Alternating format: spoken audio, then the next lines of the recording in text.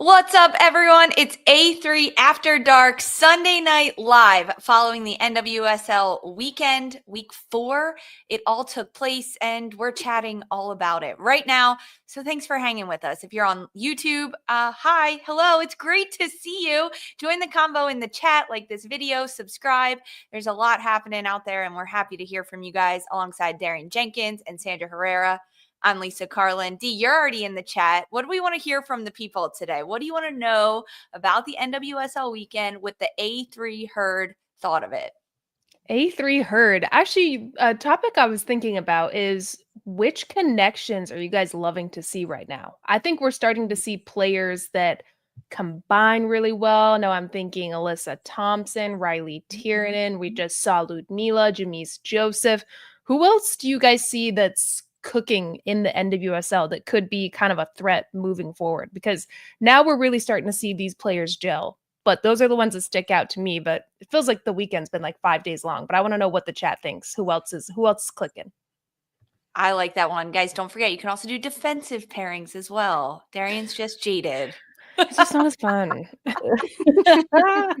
Sandra, are you hanging in there? Yo, I'm feeling like a winner from Chicago. That's how I'm feeling tonight. So I know we'll get into it, but I'm feeling the duos conversation. I'm curious what everyone's thoughts are. I like what we're seeing in that back line for Chicago and Ricardo Lower. I'm throwing it back to Friday. I'm throwing it back to Friday a little bit. I like what Portland's got cooking with the Sugita and Braylon Turner. I like what's going on there too. So some good, interesting stuff at this 4-week measuring point of the season. Well, I like what we've got cooking here. This crew, Darian, Sandra, the people on the chat, and that means it's time for A3. We are starting the show right after this.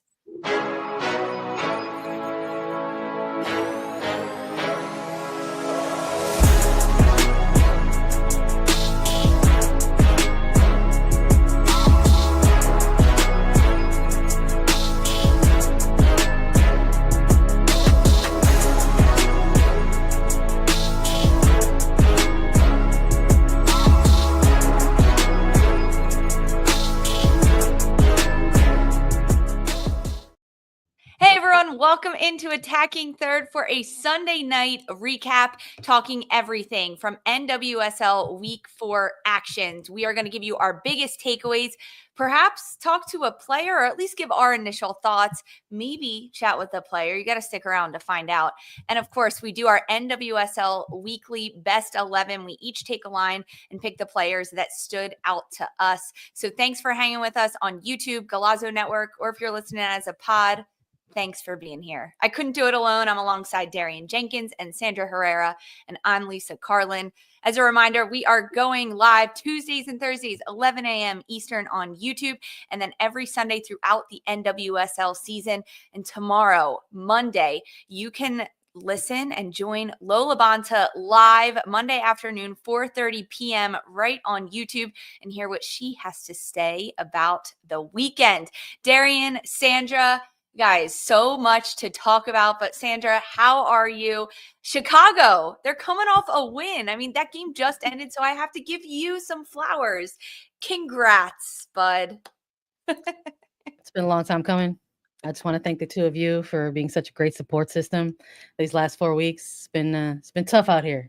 TUFF, too ugly for feedback. But it's nice to have a dub and for us to get to chat about that in a little bit. Good vibes, man. Love that we're back and doing this. I miss y'all. Like, it's kind of like OGs here for a little bit together and fresh off of this game. Backflips are so back for Chicago, baby. Let's go. I mean, from Sam Kerr to Ludmila doing backflips, it's pretty fun. I know the people in the chat are like the OGs, Sandra, Darian, Lisa. It's always fun when we get to do this. Let's talk about it. Let's dive into it. Darian, what are some of your initial reactions from this weekend? Because week 4, coming out of an international break, we had some very interesting matchups. KC and Orlando stay at the top of the standings. Chicago picks up their first point, and they do it with 3 of them, a road win. But initial reactions overall from UD? It was a weekend of interesting games to me. It was teams playing against each other where I feel you're going to see who really worked on things as a unit during this break. Chicago, that was clear. Portland, it was clear. And then you saw the teams that maybe they worked on stuff and it didn't really come together. I'm talking San Diego. I'm talking the Courage, the teams that we didn't see enough of, the Seattle Reigns. But a big thing to me that stood out was we got Lynn Biyendolo back and Margaret Purce, my girl, back on the pitch. And I love seeing players return to play after a big injury like that. And she wasn't slowing down. The girl was cooking, slicing and dicing back to where she left off. So I love it. I know we're going to get more into that later, but those are kind of my big takeaways from the weekend. I'm shocked that Purce got so many minutes. She came in for Gotham in 72nd, 73rd, around the 75th. She played significant time considering this is her first go around. I don't know. I was expecting like 85th, like the stoppage time, the bare minimum of coming back from an ACL tear, because it's just over a year. She tore ACL in March of 2024, but it clearly, as soon as she started running, I was like, oh, this is why she's getting 15 minutes, because she looks the same as she did to start 2024. She was electric, going at the back line, creating chances. I mean, Gotham has missed that confidence and swagger that Purce brings when she's on the pitch. I think that's fair, though. I think that's fair, like to assume that, like, oh, surely she's not going to get these many minutes.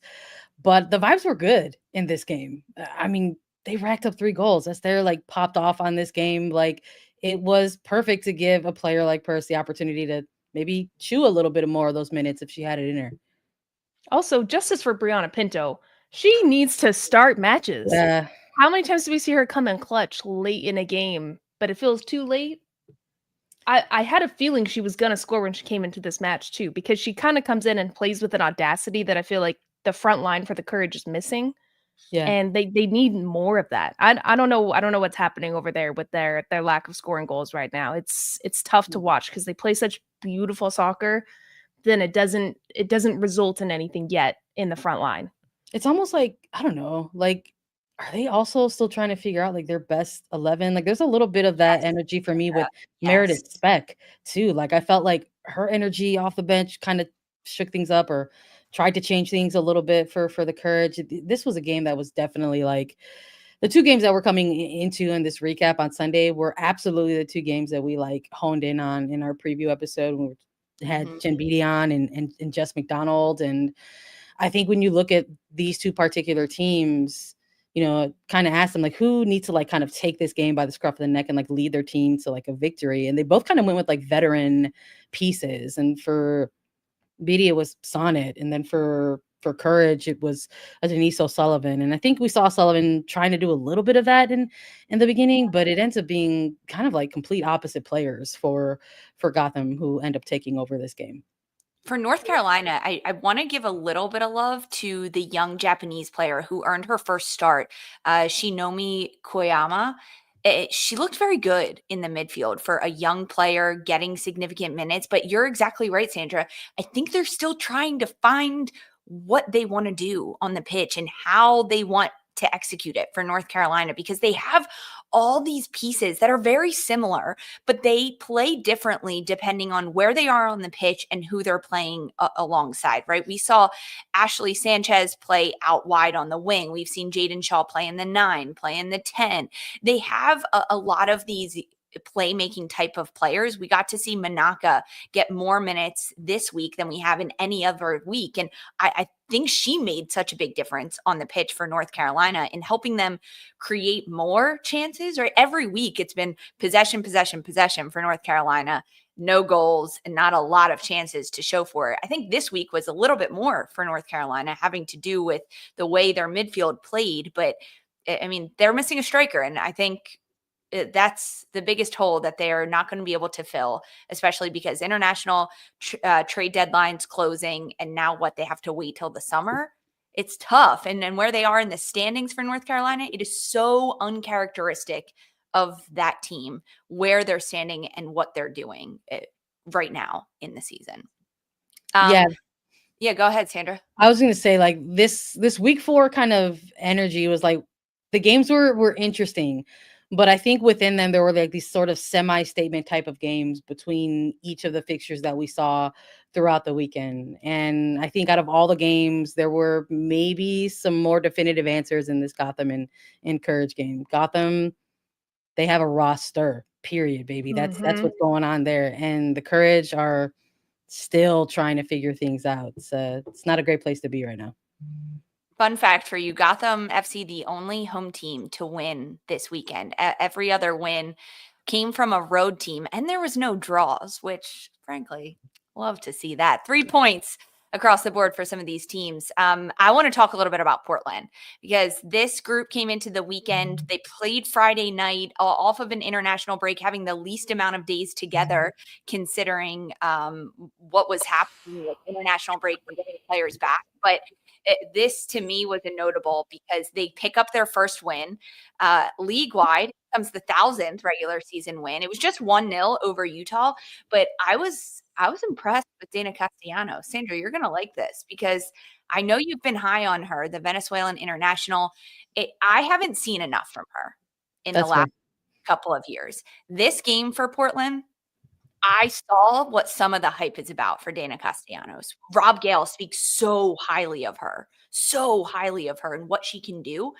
And it took until this game against Utah where Castellanos was playing a false nine. She was dropping really deep into the midfield, and she looked so good connecting with Turner, connecting with the players around her and creating chances and goals. I mean, Portland's had a tough go of it to start this season. This was their first win, and they've changed formations, and they've had players in different roles. And I think a lot of what Gail is trying to do is just adapt to the opposition when for so long, Portland's just said, this is our style. This is what we do. We're going to attack. So it's a brand new identity for Portland that we're seeing. And I was impressed with the way they played. It was a turning of a leaf for me for Portland this year. Yeah, well, it finally showed too that they're not just relying on Olivia Moultrie to be their attack. I feel like that's what we've heard, which to me is wild. I think you're asking her to not fully play her game. She's a 10. She likes to play make. She likes to be in pockets. She's not the 1v1, I'm going to run you down type of player that clearly Portland has needed to have just to add some other wrinkle to their attack.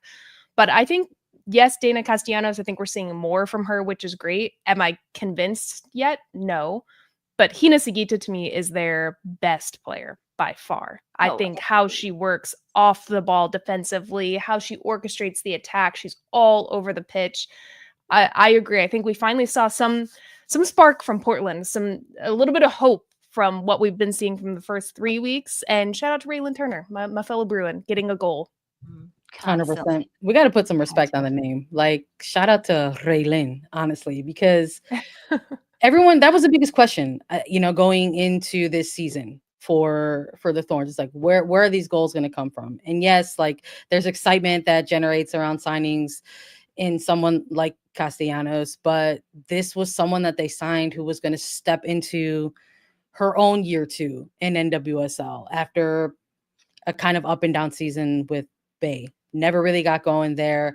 And there's that weird sort of question mark where it's like, well, is it just as simple as like a change of scenery and a change of system? And while she's not getting on the score sheet right now, I think it's starting to look a little more clear how she can be that sort of collaborative player at times, but maybe that next step out of a game like this is actually getting on the score sheet, because that has to be that next piece for Castellanos in NWSL with the Thorns.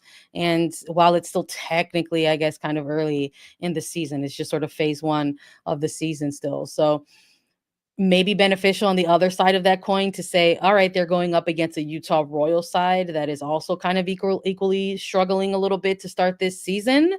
Really? And so there's a little bit of that energy of like, okay, they're trying to turn it around, and here's the team that they can do it against, because they are also trying to figure out their identity and figure out where the offense is going to get generated on their side of the ball. So it was an interesting game in that they walked out with that win, but there were definitely some pockets of momentum that Utah stole back, but for the Thorns to get all 3 points. With Ana Maria Guzman coming in for Utah, she's going to change the way that Jimmy Coonrotz plays, how they can attack. She creates by herself, which Utah doesn't have a player that can do that right now besides Alyssa Naeher, but teams are so keyed in on her.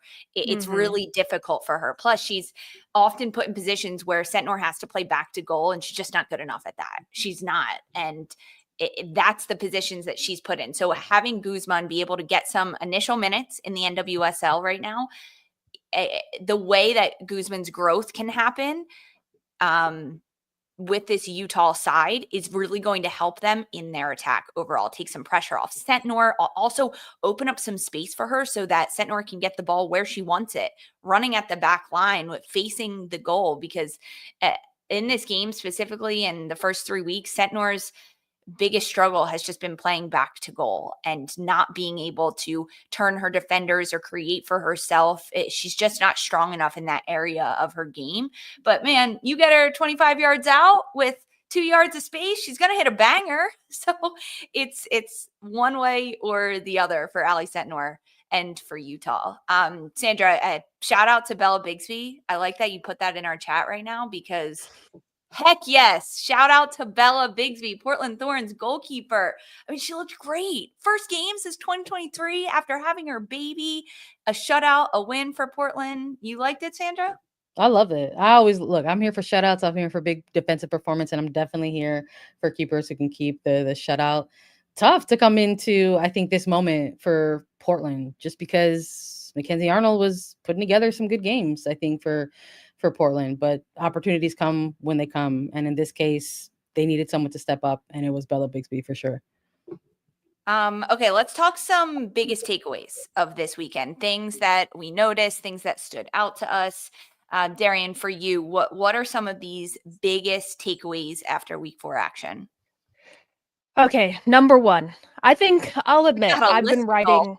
Yeah, I got a list. Number one, I think I've been writing Gotham off because I haven't been convinced by their performances. Looking at the names on their roster, I'm thinking they should be balling out. I haven't seen a convincing performance. And they said, Miss Jenkins, respectfully, shut up, because watch us ball out today.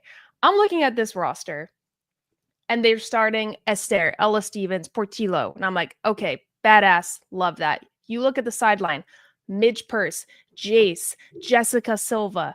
I mean, this team has such a stacked front line, and their entire team is stacked. Yes, Tierna Davidson is out, but you have Emily Sonnet, Mandy Freeman wearing the captain armband, Jess Carter, Lily Reel getting her first professional goal, but being such a talented outside back. I think, yes, Jenna Neiswanger was a big loss, but wow, has she slid in and just proven herself. She still needs to build in the attack a little bit more, but what a solid player. But put some respect on Gotham's name, because yes, they started this season slow, but they're balling. If they keep continuing to perform like they did today, they're going to for sure be in that top 4, top 3 title race.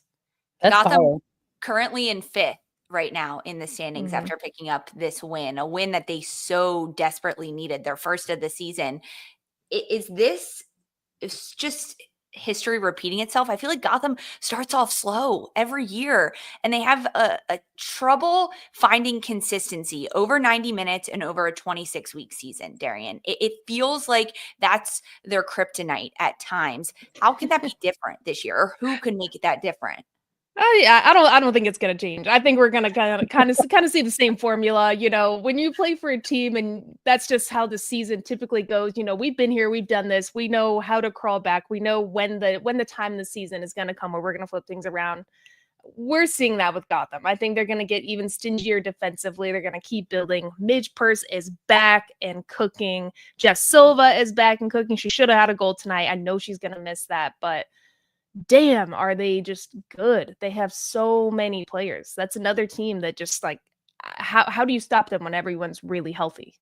They're also going up against a North Carolina side that struggled at time in this game. Casey Murphy was tough building out of the back. I mean, for the North Carolina as a whole to concede 2 goals right before halftime and then another one right coming out of the break.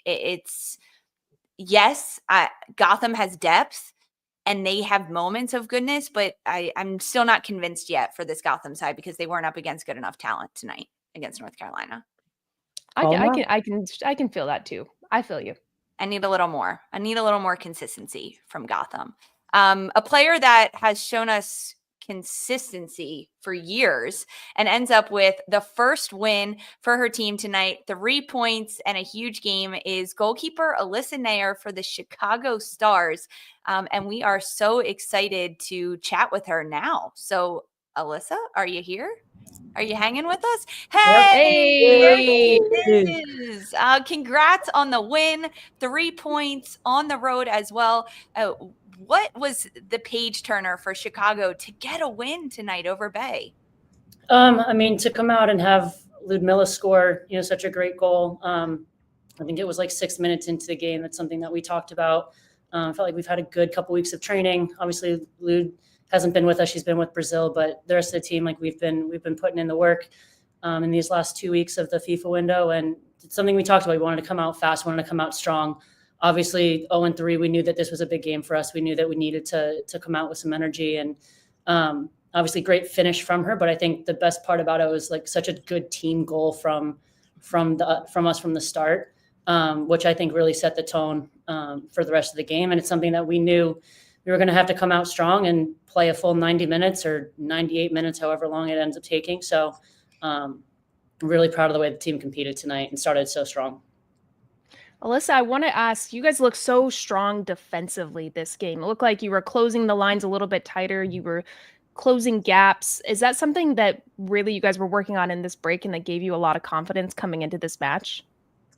Yeah, I think anytime you can have the leadership of Sam back there and kind of controlling the line and guiding the line, getting more and more comfortable with each game that she's back in, to get Carrie back in there as well. Obviously another experienced player and very vocal player. So to be able to have that combo. And then I thought, B did a great job stepping into the midfield and just being kind of that connecting presence and, just having that consistency, I think, but for the back, for obviously Carrie was a different addition as a center back, but with, Taylor and Sam and Cam, at least, and myself getting some more, the more minutes that we can play together, the more consistency and chemistry we can continue to build.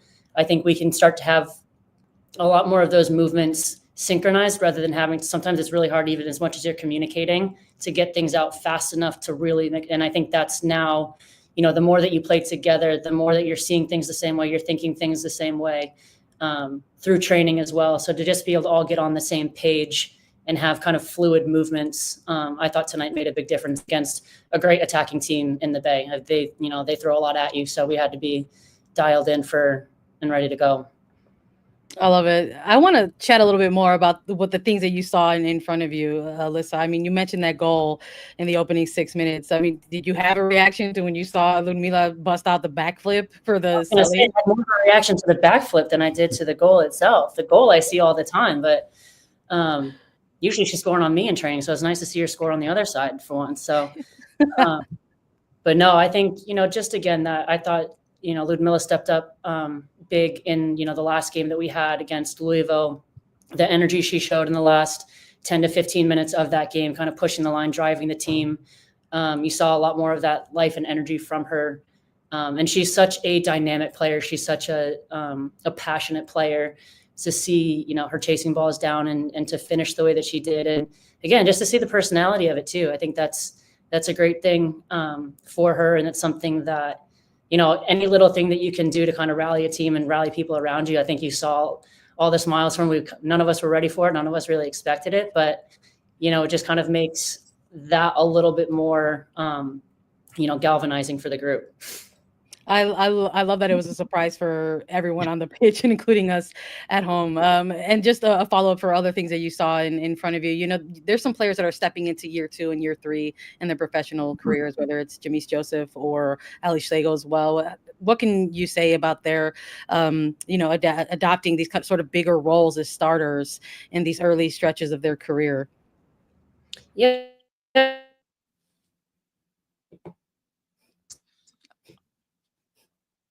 Oh, do you guys have her, or is it just me that lost her? We just want to salute Alyssa Naeher. Thank you for your service. Thank you for your service in the frozen Wi-Fi of Bay FC. We appreciate you. Yeah. Also, still rocking the captain's armband. I love it. We love to see it. She looks legit. The people in the chat were like, whoa, uniform and all? Yeah, guys, we're getting live interviews Sunday night from players that are just finishing their matches. Congrats. Exactly. I wanted to give her an opportunity to follow up on that because I remember Schlegel's rookie year, Alyssa Naeher was pretty high on some of the rookies that had come into the Chicago draft camp, and Schlegel was definitely one of them. So really cool to sort of see her getting all these minutes and earn these starts in just 2.5-ish seasons with Chicago. Yeah, I had one more for her too. I wanted to ask about how it feels training against a player like Ludmila, Jamise Joseph, and Schlegel, because she gets shots against them every single day. So then to see it on the opposite end of the pitch where it actually comes to fruition and they finally get a win, I mean, it must have felt good tonight. Yeah, it has to. I mean, Chicago's struggled this year, right? I mean, to get these 2 goals when they've only scored 1, like, it's awesome. Alyssa Naeher, thank you if you're still with us. Thanks for joining us from Bay FC. It was lovely to chat with you. You rock. Congrats on the win. All right, guys, we're going to take a quick break. When we get back, we're talking more of our biggest takeaways. Don't go anywhere.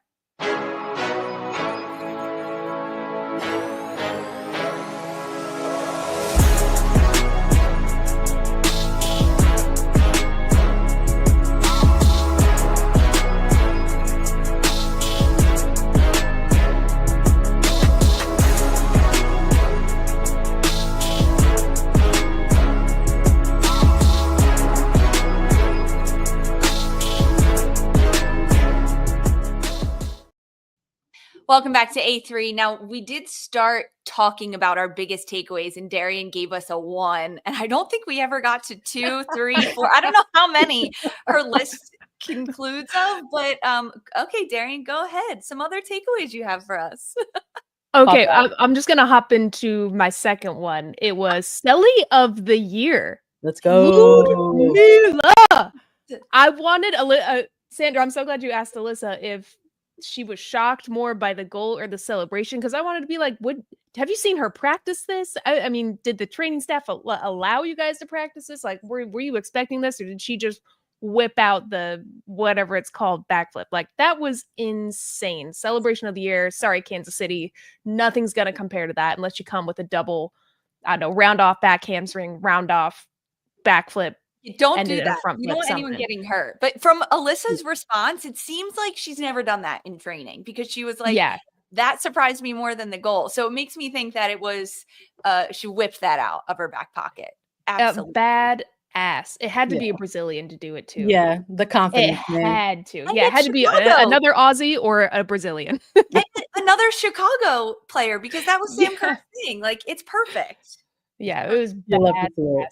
I loved it. We're going to see that used in highlights for years to come. Oh yeah, NWSL is going to ride that. In fact, we're going to open attacking third with that forever. 100%. And lastly, sorry, just a pet peeve. Can we not cut away from the game to do interviews? Can we please not cover the entire game screen while it is happening with an interview? Why are we doing this? I can't see what's happening. There's a shot taken. I can't even listen to what's happening. We just need to stop doing that, please. That's my that's another takeaway, but I digress. Yeah, Sandra, you want to go? The picture-in-picture commercials are bad enough, let alone full screen something else. It kills me. It's like when someone chews with their mouth open and like smacks. That's the same like internal rage I get when that happens. And we cut back and there's like a shot taken. And I'm like, well, what the hell happened? Nobody knows now. It's getting kind of like pet peevey, honestly. Yes. Like, that's how it is becoming. It's like, as soon as like you see it, you're like, oh, there's a part of you that you're just like, why are we doing this? It's definitely giving like trying to grow soccer in America energy, and that makes me cringe a little bit. And I'm just like, I get internal rage. It's like, let's not do it. And so like one of these days, someone's is gonna drop it an F-bomb, and that's what it's gonna take to be like, this is not working out anymore. So I'm gonna put money on that being a jar. It's probably gonna be me. My roommate doesn't even watch, and I was like, what the hell is happening? And he's like, what? Like, nothing. The rage popped Oh, off. Oh my goodness. yeah. Yeah. No, I agree with the takes. I think they're good ones. I love that they were so Gotham coded and Selly coded. We love the backflip. I was looking for like players coming out of the international window because we always hear so much about the international window bounce. Is it real? And yeah, I think there's more evidence to show out of this particular weekend of games that international bounce is in full effect. I mean, we saw an incredible amount of performances from different players in different capacities. Like, we haven't had the opportunity to really touch on Alyssa Thompson and her game coming out of these windows, and Angel City got a big dub, and she had another incredible game. But we're not just talking about like USWNT players. I mean, that Portland game on Friday, like Hina Sugita, incredible efforts for her getting the Thorns. Talk about a player that's like grabbing the game by the neck and saying, let's go, we need to take it and take all 3 points. But I would even include like Esther and her time with Spain, and then coming back in Gotham and having the performance that she did today. I mean, we have our moments where we're building up to the episode and I'm like, this player is going to be gassed by 50 minutes. And so she made sure that she got all these goals, to make sure that Gotham went ahead and took all those 3 points, because she knows what she was working with too. But I would also argue that the 45-minute shift that Lacey Santos put in was very good for the Spirit. And honestly, Rebecca Bernal as well. Like, you have Jonathan Santos saying, hey, let's mix things up. Let's stay a little bit unpredictable here, and kind of like operating out of this 5-back that maybe is more of a spiritual 3-back, depends on the vibe and the feeling. But you have Bernal at like the crux of it all, and somehow this player who's just like 4 or 5 weeks into her NWSL career is making like a Tara McKeown and an Esme Morgan both better as well. So you love to see it. I love to see it. I love to see that international kind of bounce for some of these players. But while it's a hell yes for some, it's also kind of like a hell nah for others. And I think that was a little bit tough for me to see. I think this is where I get on my like Jaden Shaw soapbox again. It's really tough. It's hard for me to sort of see that. The efforts that she's putting, and it's not coming to fruition for her on the other end. Where at this point, I think we could safely say that, Shaw's minutes have dwindled with the senior national team, and it looks more and more like she's going to maybe pivot to perhaps those U23 camps and that revamped program for Emma Hayes. And the move at this point, 4 weeks in, the regular season with North Carolina just hasn't really kind of panned out just yet. I know there's still time, but I think maybe like for you, D, like I'm curious about this because it's so much different, like operating out of a quote unquote slump when you're like maybe working through like a physical injury. But like, what's that like when you're trying to work through just being like snake bit? Oh, I mean, it's tough.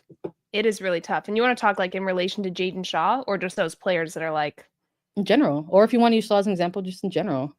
I just, for right now, for this weekend, I saw it out of Shaw the most, and like that's why it's just resonating in my head right now. Hers was evident, and she got limited minutes, and I don't know if that's because of camp or she has a knock or something, but it's so tough to overcome that mentally, and I think we're seeing the result of a lot of pressure around Jaden Shaw, stemming from her performance in the W Gold Cup to then not being able to play in the Olympics. And there's just so much talk about her constantly. The big move from San Diego, was it good? Is she going to do well with North Carolina? Can she be the change that they needed? Can she be that effective goal scorer?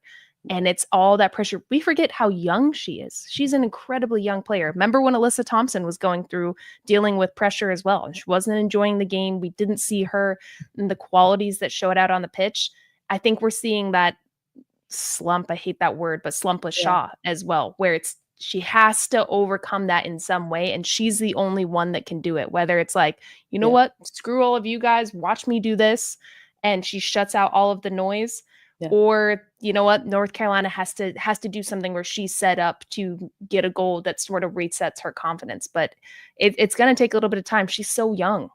I feel like so much of it's mental for Shaw. It's going to come down to that. And as a player, how do you get through that? How do you personally get over a hurdle like that, Darian? I think everyone, it's different. like Alyssa Thompson, I'm just going to keep relaying her because I think it's so similar. She needed basically an entire season to overcome that and get back to enjoying the game. Shaw is a bit older. She's with a team that I think can help bring her there. It's not necessarily a new team. I think she has players around her who have a ton of experience, like a Denise O'Sullivan, like a Meredith Beck, who can help instill that confidence. Sean's a great coach. There's not turnover happening there like it was at Angel City, where you're like, what the hell is happening? Yeah. She just needs, I think, to get that one goal, especially as an attacker, get that one goal, that one assist that's going to equal and shut everything else out that can help her get over that. But I'll keep giving her pep talks on this show if she wants, because she's a baller. She just needs that one. You can do it, Jaden. Yeah. We believe in you. I mentioned earlier, like maybe it's a thing of like Carolina, like not so much tactic, but also just sort of figuring out that ideal 11 and making sure that cohesion is there for players, the chemistry is there, and then we'll start seeing everything come to light, you know. And on the national team side of things, like maybe it is on the national team side of things, like like maybe it is like spending a little bit of time with the U23s and getting some different coaching and different perspectives on things. I mean, like I'm talking about bounces, international bounces in my takeaways. And Jamise Joseph had an incredible game today for Chicago. And she is someone who spent time in those U23 camps. Like maybe that's part of it. But it's not just Star. I mean, like Mandy Hawk's taking an L out of this weekend. Jen Campbell taking an L out of this weekend with the Dash conceding 3 goals. Like it can go either way. So it's either hell yes or hell no. There's no real definitive thing. But we definitely saw some bounces for sure. Casey Murphy struggled this weekend. Is that your big takeaway? No, that's not mine. I'm just going off the goalkeepers here. It's almost as if this U.S. #1 goalkeeper position is like just crushing our goalkeeper. It's looming. Yeah. Trickle down effect. I don't know what it is. They need to like severance or something when they go home and just not think about anything and just focus on having fun. Okay, I want to. You gotta light the Palo Santo for everybody. Exactly. I've got some. Let's go. You want some sage? There we go. Light it up. Palo Santo. Light it up. Let's go, girl. Let's go. Instead of the pep talks for Jaden, you'll be doing that for her, staging it. Guys, I am so impressed this year through 4 weeks in the NWSL that we are seeing tactical and formational evolution across the board. There are so many teams that are adjusting, playing, whether it's Washington Spirit going into a 3-back at times, 5 building out, Seattle doing it as well, Portland Thorns changing their formation every week. What, Darian? No, I'm just listening. Keep going about the 3-backs. I'm just listening. Oh boy. I am just excited that we have tactical evolution in the NWSL because I feel like we never had that before. Yeah. It was always a 4-3-3. It was going to be transitional. And in bringing in so many internationals in this league and bringing in different coaches that want to implement different styles and some players not having their superstars is forcing them to adjust and adapt. And it's giving fun soccer to watch at times because you never really know what you're going to get from some of these teams. And through 4 weeks, there are teams that I am not as worried about anymore in what they're going to do because I know that they're going to adapt and figure some things out. I think Gotham is one of those teams that I'm not totally convinced, but I have an element of like, okay, they are going to pull some things out of the canister and give us a game on the pitch. Seattle, I think as well, the way that Laura Harvey adjusted and put different players in different positions. We even saw that from Houston this weekend, right? Maggie Graham, who was the rookie center back, she played in the outside back role. It's moving players around, having different formations that are giving a different look in the NWSL. And I am here for it. I never know what I'm going to get. And that's what I want every single week, the chaos. Team chaos. Classic, Carlin. Love it. I'm also very high on the rookies this year because I didn't know what I was going to get from them. There was no draft. We didn't get highlight reels that we usually get leading into the draft that coaches can watch them. You either had to watch them in college or just talk to coaches and know what you were going to get. But I'm impressed with Macy Hodge, Riley Tiernan, Trinity Armstrong, Darlene, these youthful players and rookies. are looking pretty good, and it's going to be fun for them to grow in this league. But that's, I mean, 4 weeks in, we're seeing tactical changes, and the rookies are impressing me. Those are my biggest takeaways. No I love like for Lily it. Real in the rookie class. I thought you That's what I was about to say, Sandra. Oh, Lily Real. I'm sorry. Yeah, she's a good one in there too. You got to remember our defenders, Lisa. We love defenders on A3. All people. I was gonna say I really agree with the tactical change in the NWSL. I mean, we know I love a 3-back. We know I love the 3-back.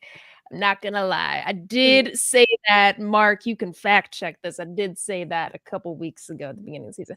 Anyways, I do think it's a big trickle down from US soccer. I think the classic 4-3-3 transition, we're gonna let our front runners really do most of the work. That's going to be where our goals come from, is getting end line, cutting it back, finishing it. Let's work on crossing, finishing. Now we're seeing such flexibility, fluidity. I think to be really effective in this league, you can't come in just really good at a single position. To be on a great team, to get a lot of minutes, to be effective, same with US soccer, you have to have so many different qualities that don't work just for one position. You have to pop into pockets. You have to be in channels.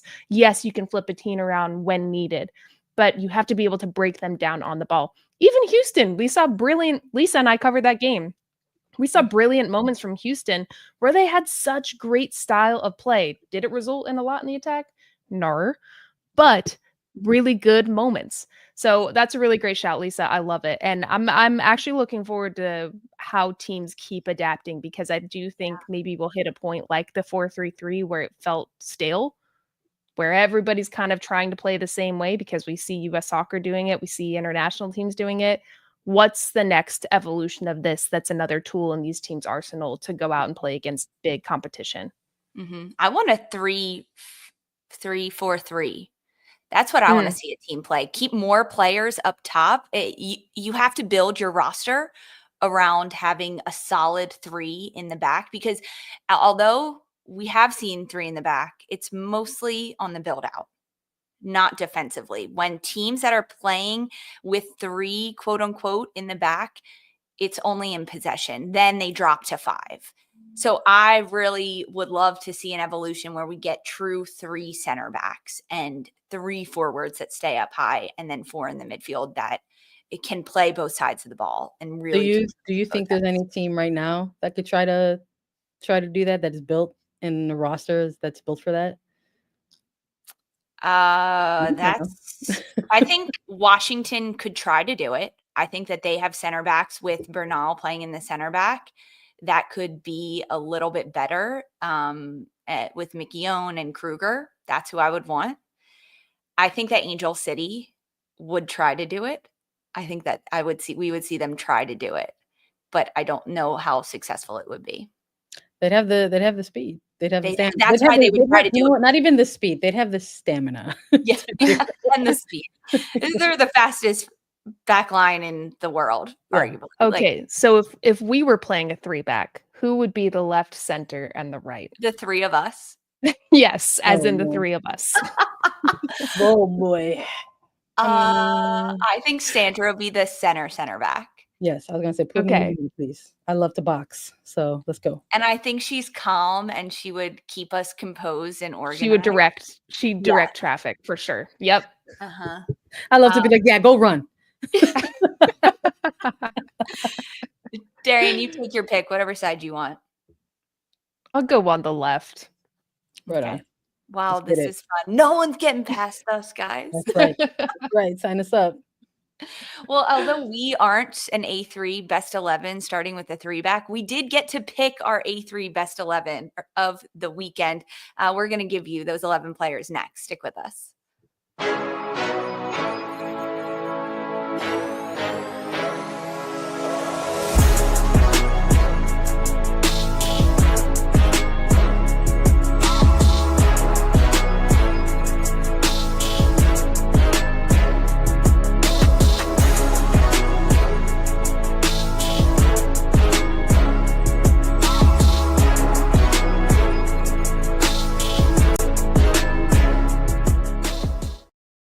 Hey everyone, welcome back to Attacking Third NWSL.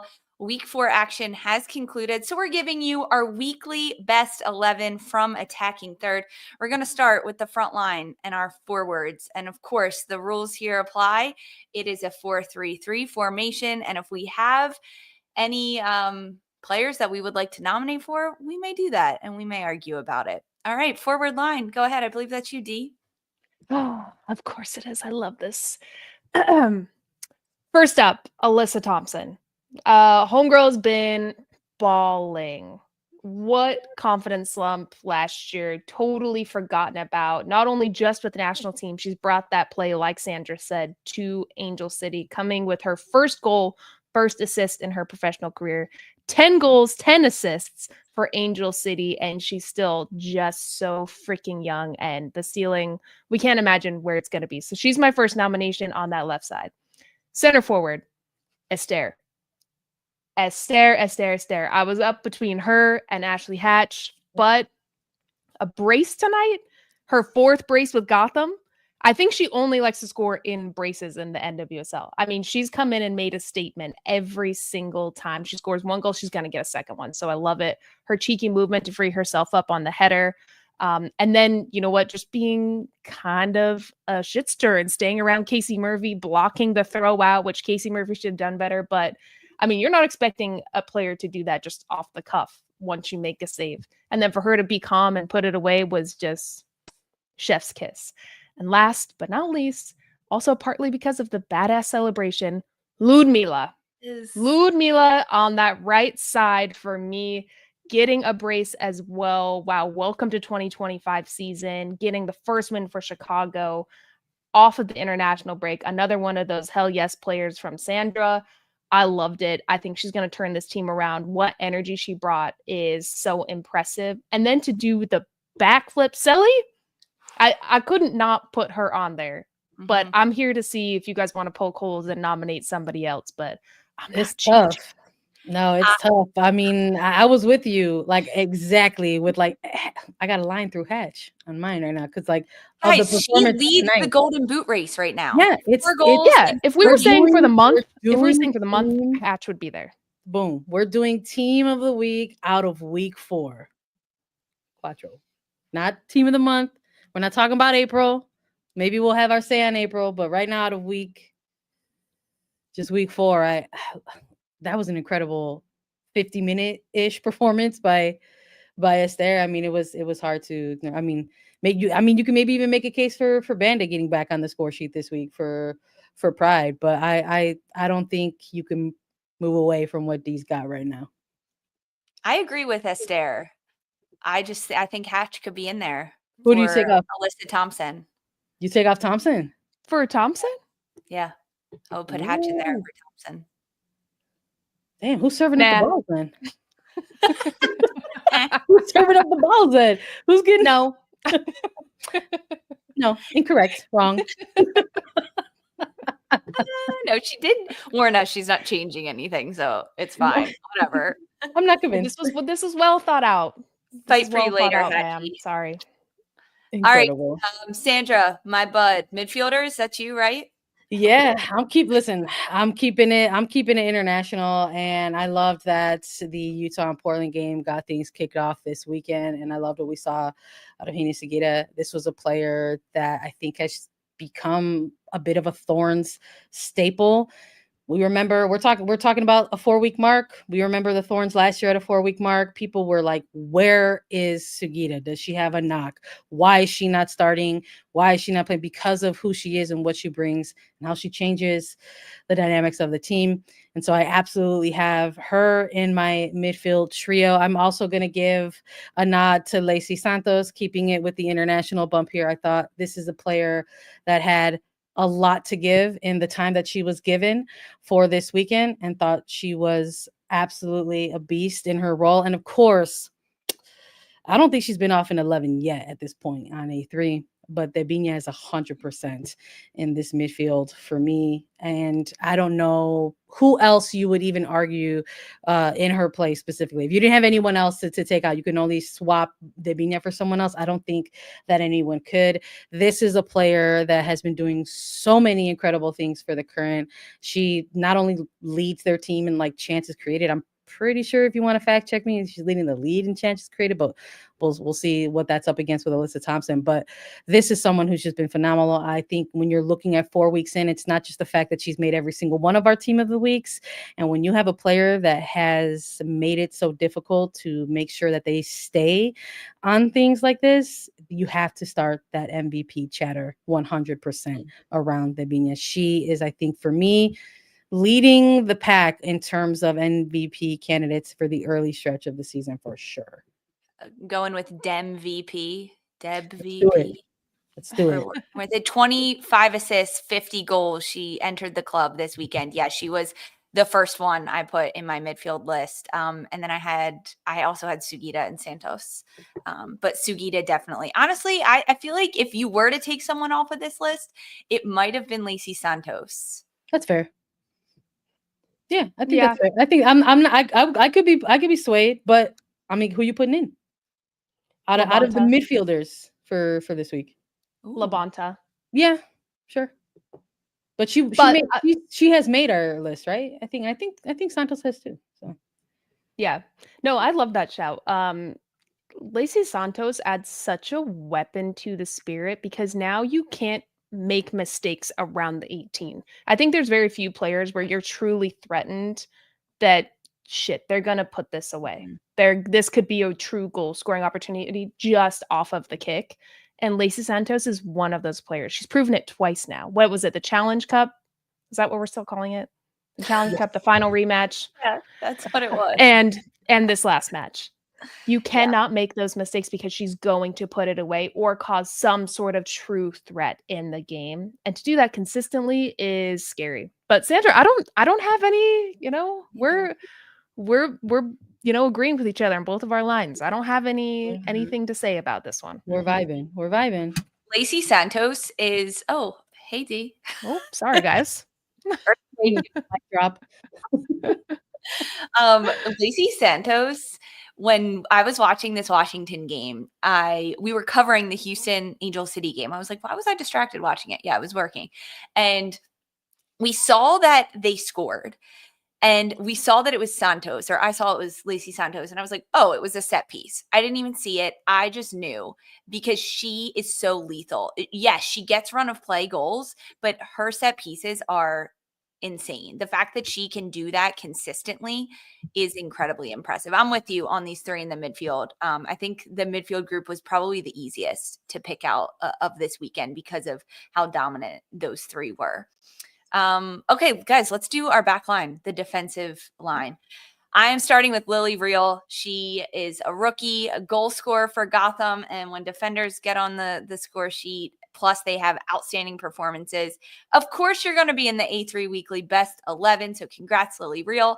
I'm also going with Emily Sams because Orlando stays perfect. They earn a shutout this weekend and they stay at the top of the table. And it is so hard to do that consistently. And Sams just doesn't get enough love for how much she does defensively for Orlando. I'm also going to go with center back Sam Staub for the Chicago Stars because to have her back into the mix, pick up a win for Chicago, although we didn't get full 90 out of her, she is working her way back in. And whatever minutes she gives to Chicago, she influences and impacts the game. I'm going with another rookie for my defender core, Trinity Armstrong. She made her NWSL debut as a rookie for San Diego, and she was going up against Kansas City and Temwa Shawinga, and Temwa Shawinga did not score because of Armstrong. So that's my back four. And then my goalkeeper, I'm giving it to, this one was tricky for me. I was going between two different players, but I landed on Portland Thorns goalkeeper Bella Bigsby, returning after maternity leave. Her first minutes, she earns a shutout. She looked confident, off her line, going hard into tackles well outside the box. She controlled everything that came inside the 18. She was all over the place, plus her distribution with her foot on the ball looked really good, and she just looked great for Portland. So I'm giving it to Bella Bigsby. Right Do you guys on. have any conflicts with my back five? I like Staub.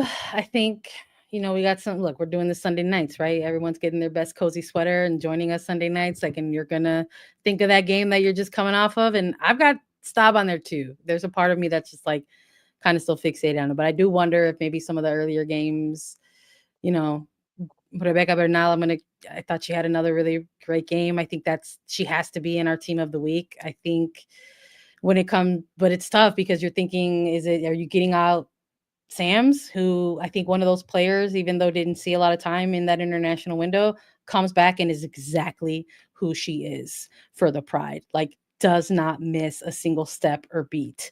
So it's like, okay, it's like, well, maybe I'm just thinking on the recent game that we're in, maybe we remove Stav and put in Bernal for the consistency that she's been providing in another good week against the opposition. So maybe I make a case for Bernal being in there. I also am kind of I don't know. I'm kind of feeling like these defensive adjustments for Kansas City. I mean, this time last year, they were bleeding goals. And I don't know if we're giving enough praise for the Kansas City Current to making their defensive adjustments early in the start of 2025, because it is a completely night and day picture from where they were last year to now. And I think a huge part of that is maybe they have a little bit of champagne problems on that back line, and they're figuring it out, and it's working as they go, where it's like backline by committee. I maybe want to give this time to shout out Izzy Rodriguez as well. This is a player for me who has been deeply under the radar for the Current going back to 2024. I thought it was a big mistake that she didn't get a start in that semifinal. They did not advance. And I like that she is cruising and crushing it to start 2025. She's another one that has not missed a step for me. So if you don't want to make a case for Bernal, Lisa, maybe I make a case for Rodriguez. I'm not going for Izzy Rodriguez. You could convince me on Rebecca Bernal. Kansas City wasn't really tested enough. Lorena was my other goalkeeper of the week because there were moments that she had big saves, but San Diego didn't do enough to call out a Kansas City defender in my mind. Is it still too early to give praise for Kansas City's defensive shape this season because maybe some of the opposition that they played? Okay. No, because we so. could have said that last year, and they were still leaking goals, especially on set pieces. I think Lorena is a big difference. Why? Because Lorena's been their backline has more time together, and Sharples and Cook have done really well. I love the shout for Izzy Rodriguez, but I think Lorena, to me, is the game changer for Kansas City defensively. Right on. Who do you guys have for coach? D? Sam Lady. I think he's done so well as interim. Yes, he's had a lot of doubts. People haven't loved just the interim, that they're looking for somebody else. But I think what an opportunity to prove yourself. I've had Sam as a coach. I absolutely loved having him. We're seeing these players come out confident. He's getting the best out of them. They have a clear style that they're playing, which we haven't been able to say for Angel City for a long time. They had a great win. And I think he's doing really well with this team considering he's the interim. I could get on the Sam Lady train. I was thinking Rob Gale with what he's done at Portland and getting more out of Dana Castellanos, getting Turner more involved. But I like the Sam Lady shout a lot. Sandra, do you have anyone? If I'm the tiebreaker, I'm absolutely going Sam Lady. I'm not quite convinced for Rob Gale yet. So I'm gonna give it to Sam Lady. I think, listen, he's letting the kids play and it's working out, and he deserves the praise. So Sam Lady, coach of the week. Congratulations, A3 Team of the Week and A3 Coach of the Week, Sam Lady with Angel City. Guys, Thanks for hanging with us. This was an absolute blast. We wrap up NWSL Week 4 action, and A3 is back tomorrow, Tuesday, April 14th, 4:30 p.m. Eastern, right here on YouTube, live with Lo Labonta. It's going to be a great chat. Then you can listen to that one as a podcast. And of course, we'll be back Tuesday and Thursday this week, and again next Sunday, and the ball keeps on rolling. Thanks, everyone, so much for hanging with us live on YouTube and listening as a pod. Leave us a 5-star rating and review. And thanks for hanging. Have a great week. For Darian, Sandra, and Mark, I'm Lisa. This was Attacking Third.